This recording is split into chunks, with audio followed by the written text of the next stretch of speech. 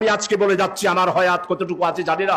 যদি এই নির্বাচনে বাংলার মানুষ যদি ভুল করে তবে এই বাংলাদেশ হবে ইসরায়েলের প্যালেস্টাইনের যুদ্ধের মতো করে একটি যুদ্ধক্ষেত্র। ওই হিন্দুস্তান আমাদের উপর যুদ্ধ চাপিয়ে দেবে। রাসূলুল্লাহ সাল্লাল্লাহু আলাইহি ওয়াসাল্লামের যেই হাদিস গাজওয়ায়ে হিন্দের মতো করে আমাদের এই দেশের মধ্যে আমাদেরকে ইসরায়েলের ইহুদি গোষ্ঠীরা আমাদের উপর এমন যুদ্ধ চাপিয়ে যাবে, আমরা আর চোখ তুলে দুনিয়াতে থাকাতে পারবো না।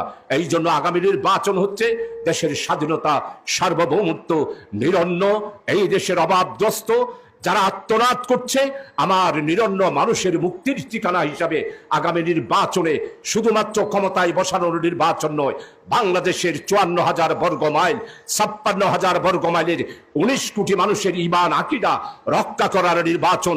তাই আপনারা যারা যুবক ভাইরা রয়েছেন, অবিবাহিত ভাই যারা রয়েছেন, তাবার সবার কাছে আবেদন জানাবো, আমরা তো মুরব্বীরা দুনিয়া থেকে চলে যাব।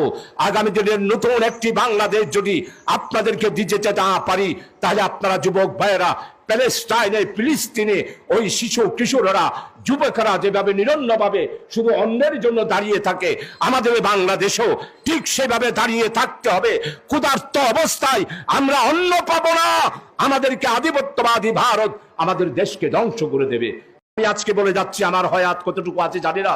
যদি এই নির্বাচনে বাংলার মানুষ যদি ভুল করে তবে এই বাংলাদেশ হবে ইসরায়েলের প্যালেস্টাইনের যুদ্ধের মতো করে একটি যুদ্ধক্ষেত্র। ওই হিন্দুস্তান আমাদের উপর যুদ্ধ চাপিয়ে দেবে। রাসূলুল্লাহ সাল্লাল্লাহু আলাইহি ওয়াসাল্লামের যেই হাদিস গাজওয়ায়ে হিন্দের মতো করে আমাদের এই দেশের মধ্যে আমাদেরকে ইসরায়েলের ইহুদি গোষ্ঠীরা আমাদের উপর এমন যুদ্ধ চাপিয়ে যাবে, আমরা আর চোখ তুলে দুনিয়াতে থাকাতে পারবো না।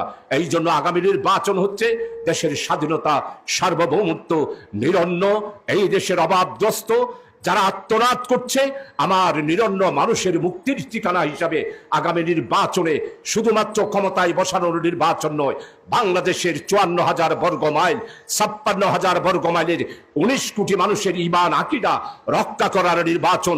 তাই আপনারা যারা যুবক ভাইরা রয়েছেন, অবিবাহিত ভাই যারা রয়েছেন, তাবার সবার কাছে আবেদন জানাবো, আমরা তো মুরব্বীরা দুনিয়া থেকে চলে যাব।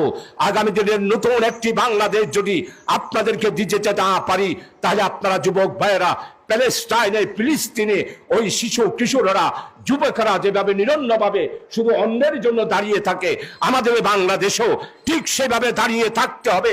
ক্ষুধার্ত অবস্থায় আমরা অন্ন পাবো না, আমাদেরকে আধিপত্যবাদী ভারত আমাদের দেশকে ধ্বংস করে দেবে।